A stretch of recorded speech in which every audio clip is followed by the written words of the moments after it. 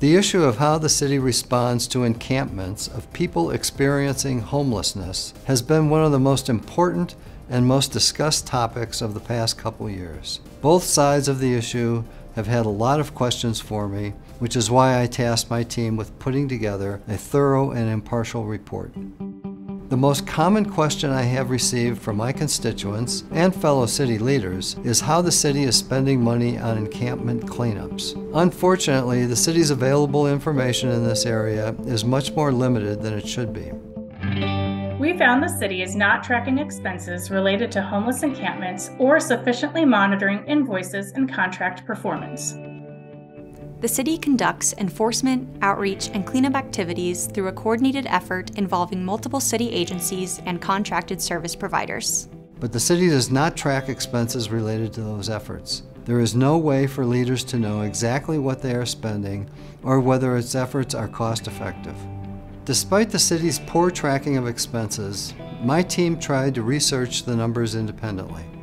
We asked 10 city agencies involved in addressing homeless encampments to provide us with information of encampment-related spending from January 2019 through June 2022. Only 4 out of the 10 agencies were able to provide complete information for the requested time period. Denver police were unable to provide us with any information we requested and said expenses related to encampment response is not tracked separately for officers. Neither the city nor individual agencies have guidance on what expenses they should track related to encampment response efforts. Another of the most common questions I've heard is about how the city handles individuals' belongings after they conduct an encampment cleanup. My team examined both the legal requirements and best practices and found some shortcomings. We found the city lacks sufficient procedures and reliable data to ensure people experiencing homelessness who live in unauthorized encampments are treated equitably and lawfully. When it comes to the response program for unauthorized encampments, the city is required to comply with and enforce several legal requirements, especially related to a 2019 legal settlement known as the Lyle Settlement, and multiple city ordinances, including the Unauthorized Camping Ordinance. While we found the city complied with requirements in most cases, we found issues related to property storage and disposal, homelessness sensitivity training, and communication. In some cases, the city threw away property from its storage facility before 60 days. The city also did not give enough notice ahead of daily trash cleanups before throwing away or storing unattended property.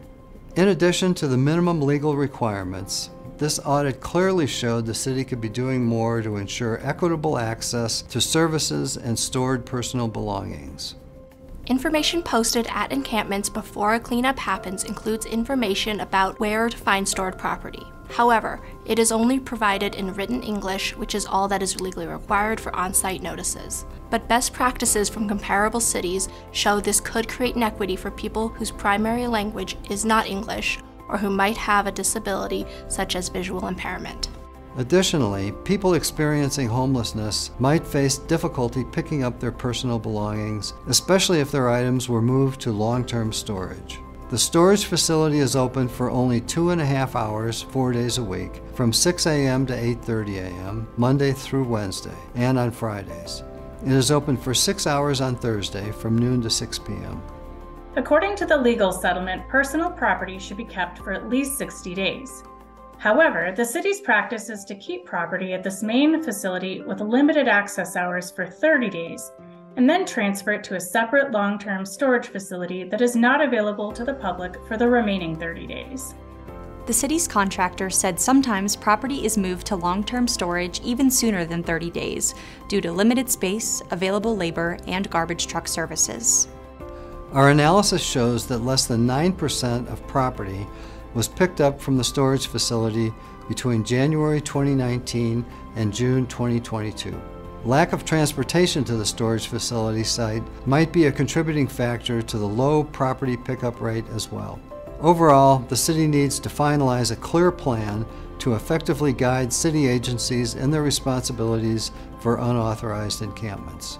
There are many important questions related to how the city responds to encampments and how it supports people experiencing homelessness.